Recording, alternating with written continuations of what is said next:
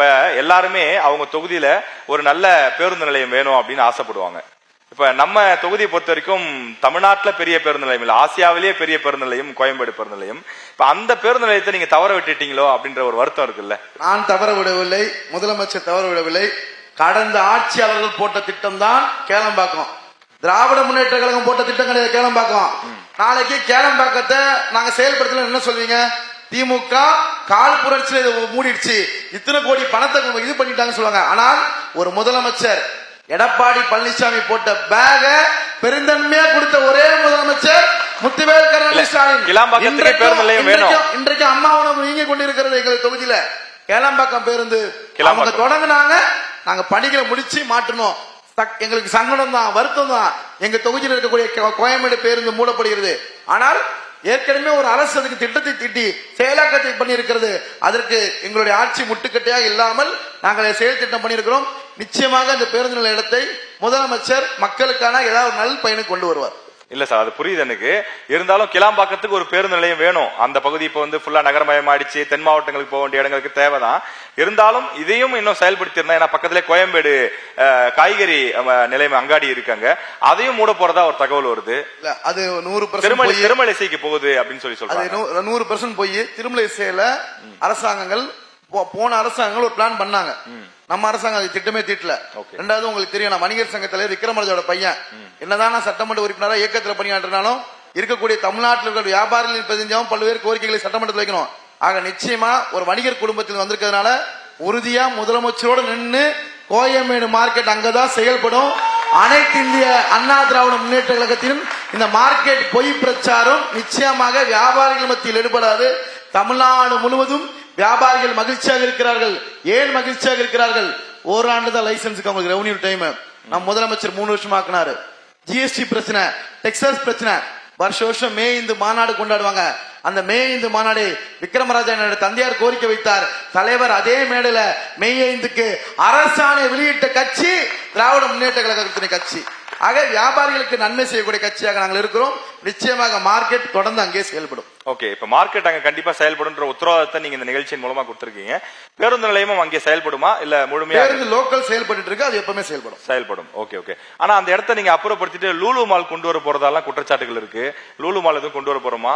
அதாவது அங்க ஒண்ணு இங்க ஒண்ணு பேச செய்திகள் வச்சு நம்ம பேச முடியாது. நீங்க ஒரு சட்டமன்ற உறுப்பினர், மக்களுக்கு தெளிவுபடுத்தணுங்கிறதுக்கு அந்த எண்ணத்துல தான் கேக்குறேன். உங்க மேல குற்றச்சாட்டுக்காகவோ அவதூறு பரப்பத்துக்காகவோ அந்த கேள்வி கேட்கல.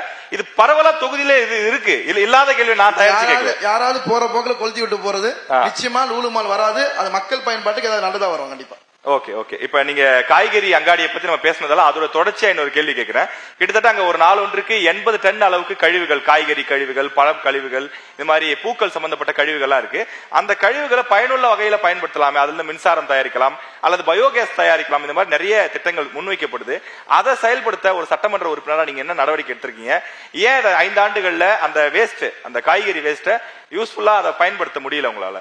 ஏற்கனவே சட்டமன்றத்தில் இதை கேட்டேன். அப்போ டிஆர்பி ராஜா எம்எல்ஏ வந்தாரு. நல்ல கேள்விப்பா, முதல் கண்ணி பேச்சு சொன்னீங்க, அன்னைக்கே கேட்டிருக்காங்க. அதுக்கப்புறம் ஏற்கனவே பயோகேஸ் இருந்து அது ப்ராப்பரா ஃபங்க்ஷனிங் ஆகல. அப்புறம் புதுசா வந்து கேள்வி நான் அங்க இருந்தா எடுத்தேன். ப்ராப்பரா அந்த எம்எஸ் பேசணும். எம்எஸ் என்ன சொன்னாங்க, இதுக்கு இது போலதான் நிதி ஒதுக்கி இருக்கோம், இன்னும் கூடுதலா நிதி தேவை. மார்க்கெட்ல ஏற்கனவே நம்ம மெயின்டெனன்ஸ் வசூல் பண்றோம், இன்னும் எக்ஸ்ட்ராவா வசூல் பண்ண வேண்டியது பிளான் பண்றோம்னா சரி எக்ஸ்ட்ராவா மக்கள்கிட்ட எதுவும் பண்ணிடாதீங்க, அதை பண்ணிதான் அதை பண்ணணும் பண்ணாதீங்க. முதலமைச்சர் சொல்லி சிஎம்டில வேற ஏதாவது நிதி வாங்கி பண்ணுங்க. நிச்சயமா உங்கள் கோரிக்கை நான் மீண்டும் பரிசீலித்து அதுக்கு அதிகமான கவனம் செலுத்தி நிச்சயமாக அந்த கழிவுகளை என்ன மக்கள் பயன்பாட்டுக்கு ரீயூசேஜ் கொண்டு வருமோ அதை கொண்டு வருவேன் என்ற உத்தரவாதத்தை இந்த இடத்தில் தருகிறேன் உங்களுக்கு. ஓகே ஓகே, நன்றி நன்றி சார். இப்ப நம்ம விருகம்பாக்கம் ஃபுல்லா போய் வந்தோம்னா சாலிகிராமம், நெசப்பாக்கம், இங்க இருக்கக்கூடிய பல பகுதிகளுக்கு போறோம். அந்த போற வடபழனி உள்ளிட்ட பகுதிகளுக்கு சாலைகள் பல இடங்கள் நல்லா இருக்கு. சில இடங்கள்ல எங்களுடைய செய்தியாளர்கள்லாம் இருக்கிறாங்க, மழை காலத்துல போய் எடுத்திருக்காங்க. ஆற்காடு ரோட்ல ரொம்ப மோசமா இருக்கு சாலைகள். அதை சரிப்படுத்த நீங்க எடுத்த நடவடிக்கை என்ன? ஆற்காடு ரோடு பொறுத்தவரை மெட்ரோ பணிகள் நடைபெற்றாலும் கூட மழை காலத்துல அவ்வளவு டிராபிக் ஜாம் ஆகுது. அதுக்கு ரீசன் தெரிஞ்சுக்கணும்ல. எம்எல்ஏவா நான் ஃபீல்டில் இருக்கிறானா இல்லையா இப்ப தெரிஞ்சுக்கலாம். நீங்க ஆற்காடு ரோட்ல இருக்கக்கூடிய ஒட்டுமொத்த மழைநீர் வடிகளும் சதைந்து விட்டது. ஆக அங்க ஒரு சொட்டு தண்ணி கூட இதுல போகாது, அந்த ட்ரெயின்ல போகாது. எல்லா இடங்களிலும் நாங்க மோட்டர் வச்சுதான் பம்ப் அண்ட் சம்பத்துல தான் பண்ணுவோம். டுவர்ட்ஸ் வடபழனி வரைக்கும் பண்ணி அதுக்கப்புறம் ஹைவே ட்ரெயின்ல போய் நாங்க விட்டுருவோம். ஆகவேதான் பருவமழை காலங்களில் அங்க பாதிப்பு இருக்கிறது. எனக்கு தெரிஞ்ச அதிகபட்சம் ஒரு 6 மாத காலத்தில் மெட்ரோ ட்ரெயின் பணிகள் விரைந்து முடிக்கப்படும். மழைநீர் வடிகாலுக்கும் டெண்டர் விட்டாச்சு. ஓகே. பணிகள் தேர்தல்னால கோட் ஆஃப் கண்டக்ட் நடக்கல. ஏப்ரல் 23 மே நாளுக்கு அப்புறம் நாங்களே தடுத்தால் அந்த பணிகள் மழைநீர் வடிகால் நடக்க போகுது. அப்ப அந்த மழைநீர் வடிகால் பணிகள் முடிந்து மெட்ரோ ட்ரெயின் பணிகள் முடிந்து அந்த சாலையை முழுவதுமாக செப்பனிட்ட பிறகு நிச்சயமாக ஆர்காட் ரோடு ஒரு சிங்கப்பூர் சாலைக்கு இணையாக நிச்சயமாக இருக்கும். அதுல மாற்று கருத்து கிடையாது. உங்களோட வார்த்தைகள் எல்லாமே பதிவாயிட்டு இருக்கு. எல்லாமே வரும். நான் இல்லாதது சொல்லி தப்பா சொல்றேன். மழைநீர் வடிகால் ஒர்க் ஆர்டர் காமிக்க சொல்றேன் உங்களுக்கு. இருந்தா ரெடி பண்ண சொல்றேன் உங்களுக்கு. இப்போ மழைநீர் வடிகால் டெண்டர் விட்டாச்சு. அந்த பணிகள் நடக்குது. மெட்ரோ ட்ரெயின் மேல அழகா போயிட்டு இருக்கும். கீழே சாலைகள் நல்லா இருக்க போது. மழை தண்ணி மழை ட்ரெயின்ல போகுது. அங்க சிங்கப்பூர் சாலைக்கு ஈடாதான் இருக்க போகுது. அது அதனால அழகா நான் பத்தாக்குறைக்கு மாநகராட்சி மாமன்ற உறுப்பினர் ராஜாட்ட சொல்லி அங்க இன்னும் கொஞ்சம் அழகா செடிகளை வச்சு அதுதான் சொன்னேன். அதை வச்சுதான் சொன்னேன். அங்க சென்டிமீட்டர் பண்ண போறோம். ஏற்கனவே அவர்கிட்ட சொல்லியிருக்கிறேன். செடிகள் லைட்டிங்லாம் வச்சு ஆனா நல்லா பண்ணிடணும். கலர்ஃபுல்லா இந்த இடத்த ஒரு சிங்கப்பூர் கீழா பண்ணிடணும்னு சொல்லியிருக்கோம். எங்களோட கனவு, எங்க ட்ரீம், எங்க தொகுதி சிங்கப்பூர் மாதிரி ஆக்குறது ஒன்றும் தப்பு இல்லையே. இல்ல, நானும் ஆகக்கூடாதுன்ற எண்ணத்துல ஆகணும்ன்ற எண்ணத்துல தான் கேட்டேன். சென்னையில ஒரு சில சாலைகள் சிங்கப்பூருக்கு நிகர ஆகும்னா கட்டாயமா சென்னை வாசியா நாங்களும் அதை வரவேற்க தான் செய்வோம். உங்களுக்கு ஜஸ்ட் அதை சொன்னேன், அவ்வளவுதான். இப்ப இங்க ஆற்றங்கரை ஓரமா வசிக்கக்கூடிய மக்கள் குடியிருப்புகள் அதிகமா இருக்கு. குறிப்பா அந்த அடையாறு ஆறு ஓடக்கூடிய பகுதி, செம்பரம்பாக்கத்துல தண்ணி திறந்து விடக்கூடிய சமயங்கள்ல அந்த மக்களுக்கு அதிக பாதிப்புகள் ஏற்படுது. ஒரு தடுப்பு சுவர் மாதிரி வேணுங்கிற கோரிக்கை இருக்கு. அதுக்கு நீங்க ஏதாவது நடவடிக்கை எடுத்திருக்கீங்களா? அதுக்கு நீங்க செஞ்ச திட்டங்கள் என்ன? மாண்புமிகு அமைச்சர் துரைமுருகனிடம் நேரடியாகவும் அந்த துறை ரீதியாக கேள்விகளும் வைத்து அது மிகப்பெரிய ஒரு தொகை 1500 கோடி ரூபாய்.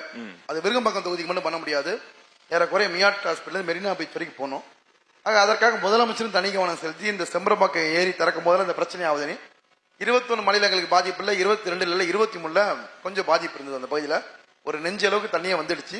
நிறைய வீடுகள்ல கிரவுண்ட் ஃப்ளோர் வரைக்கும் தண்ணியை ஆத்த ஒட்டி இருக்கிறதுனால ஆகவே அந்த செம்பரம்பாக்கம் ஏரி இந்த பிரச்சனைக்காக முற்றுப்புள்ளி வைக்க வேண்டும் என்று மாண்புமிகு தமிழ்நாடு முதலமைச்சரிடம் போராடி நிதி பெற்று பல்வேறு சட்டமன்ற உறுப்பினர் இருக்கிறோம். நான் இருக்கிறேன், அண்ணா மாசன் அதுல இருக்கிறாரு, தியாகராஜ சட்டமன்ற உறுப்பினர், பல்வேறு சட்டமன்ற அந்த ஸ்கீம்ல இருக்கிறோம்.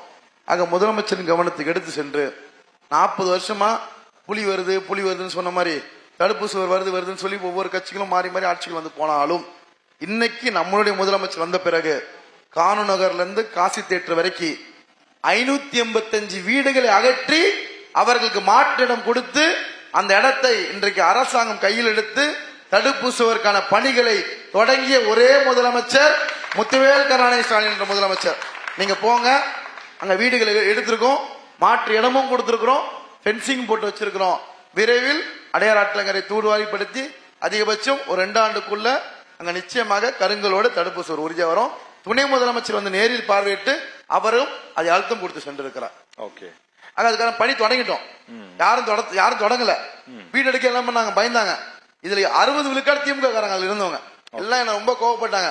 எம்எல்ஏ வந்த புதுசுல எங்களுக்கு இப்படி பண்றீங்களே, உங்களால பல பேருக்கு நன்மை அடைய போகுது, கஞ்சி எனக்காக விட்டு கொடுங்கன்னு சொல்லி ஒவ்வொருத்தவங்க ரிக்வெஸ்ட் பண்ணி, உங்களுக்கு தெரியும் 500 வீடுகள் ஒரு முனையில காலி பண்ணிட்டு போறது சாதாரண விஷயம் கிடையாது. கண்டிப்பா கண்டிப்பா. அதை உண்மையில கையில் எடுத்து எல்லா வீடும் வெக்கேட் பண்ணிட்டோம்.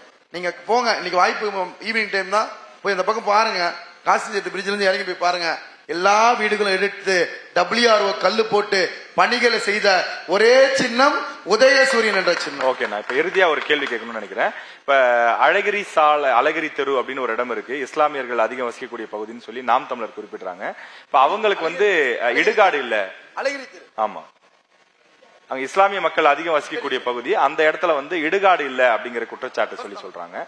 அதற்கு சட்டமன்ற உறுப்பினரா நீங்க என்ன வாக்குறுதி கொடுக்க விரும்புறீங்க? இஸ்லாமியர்களுடைய நீண்ட நாள் கோரிக்கை தொகுதியில கபஸ்தானம் வேண்டும் என்று. ஒரு வருத்தமான விஷயம், நம்மளுடைய சட்டமன்ற தொகுதியில இளைஞர்கள் விளையாடுறதுக்கு ஒரு கிரவுண்டு கூட கிடையாது. ஆகவேதான் இப்ப நம்ம இங்க இருக்கீங்க, இந்த அருணாச்சல ரோட்ல போங்க, அம்மா உணவு இருக்கும், அதுக்கு பக்கத்துல ஒரு இடம் குப்பையா கிடந்தது. அதை ஒரு கணக்கில் எடுத்து பேட்மிண்டன் போர்டு கொடுத்தேன். ஏவிஎம் மஸ்டா கிட்ட ஒரு பார்க்குக்கு பின்னாடி ஒரு கபடி கிரவுண்ட் கட்டி கொடுத்தேன். பீரான் ஸ்ட்ரீட் கிட்ட அண்டர்ஆர்ம் கிரிக்கெட், வாலிபால் பண்ணிக்கணும், volleyball, shuttle, basketball 4-in-1 court ஒன்று ரெடி பண்ணி வச்சிருக்கேன். ஏன்னா என்னோட தொகுதியில என்னோட இளைஞர்களுக்கு கிரவுண்ட் இல்லையன்ற வருத்தம் இருக்கு. இங்க எல்லாமே கோயில் சொத்துக்கள் தான், அரசாங்கத்தோட பெரிய சொத்துக்கள் எதுவும் கிடையாது. ஆகவே அவர்களுக்கு கபஸ்தான இடம் கொடுக்க வேண்டும் என்று ஒரு நியாயமான கோரிக்கை. நெசப்பாக்கம் இடுகாடு பக்கத்தில் மெட்ரோ இடம் இருக்கிறது. அதற்கு கீழே சென்னையினுடைய ஒரு 6 சட்டமன்ற தொகுதிகளுக்கு போகக்கூடிய ராட்சஸ் குழாய் இருக்கு. இந்த மாதிரி நடுவில் இருக்கு அந்த குழாய். அந்த குழாயை எடுத்து தள்ளி போட்டு தான் கொடுக்கணும். அந்த குழாயை எடுத்து தள்ளி போடுறதுனா ஒட்டுமொத்த சென்னையின் தண்ணீர் பாதிப்பு இருக்கு. இதுதான் ஃபைனலா நம்ம அந்த பிரச்சனையில நின்றுட்டு இருக்கு. மாண்புமிகு அமைச்சரின் கவனத்துக்கு எடுத்துட்டு போயிருக்கோம், துறையின் அதிகாரிகள் கவனத்துக்கு எடுத்துட்டு போயிருக்கோம். நிச்சயமாக முதலமைச்சரின் கவனத்துக்கு எடுத்துட்டு போயிட்டு எம்ஜிஆர் நகருடைய மசூதியினுடைய கவசான பிரச்சனை மட்டுமல்ல 23 மசூதிகளுடைய கவசான பிரச்சனை அது. அதை தொடர்ந்து அவர்கள் என்கிட்ட வந்து சொல்லும் போது இந்த கோரிக்கை எல்லா வேட்பாளரும் என்கிட்ட வராங்க, பல கட்சிகள் வராங்க. ஆனால் இந்த கோரிக்கை நாங்க எந்த கட்சி வேட்பாளர்கிட்ட கொடுக்கல, நாங்க ஒரே கட்சி திமுக வேட்பாளர்கிட்ட மட்டும்தான் அந்த கோரிக்கையை கொடுத்திருக்கிறோம். ஏன் திமுக வேட்பாளர்கிட்ட கொடுத்திருக்கிறோம்? நீங்க இவ்வளவு முயற்சிகள் எடுத்திருக்கீங்க, எங்களுக்காக சட்டமன்றத்துல 2 வாட்டி கேள்விகள் அதுக்காக கேட்டிருக்கிறீங்க, எங்க வக்குபாரி சொத்துக்காக பேசிருக்கீங்க, அதே மாதிரி எங்களுக்கு இந்த மஜித் நகர்ல வழி பிரச்சனை கூட நின்றுக்கிறீங்க, இஸ்லாமியர்களுக்காக தொடர்ந்து களத்தில் நிற்கிற எம்எல்ஏ நீங்க இருக்கிறீங்க, அது எப்படியா செய்து கொடுங்க இருக்காங்க. நிச்சயமா துணை முதலமைச்சரும் முதலமைச்சர் கவனத்துக்கு எடுத்து போய் அந்த கவசான பிரச்சனைக்கு நிரந்தர தீர்வு கிடைக்கும் என்பதை தங்கள் ஊடகம் வழியாக தெரிவித்துக் கொள்கிறேன். நன்றி.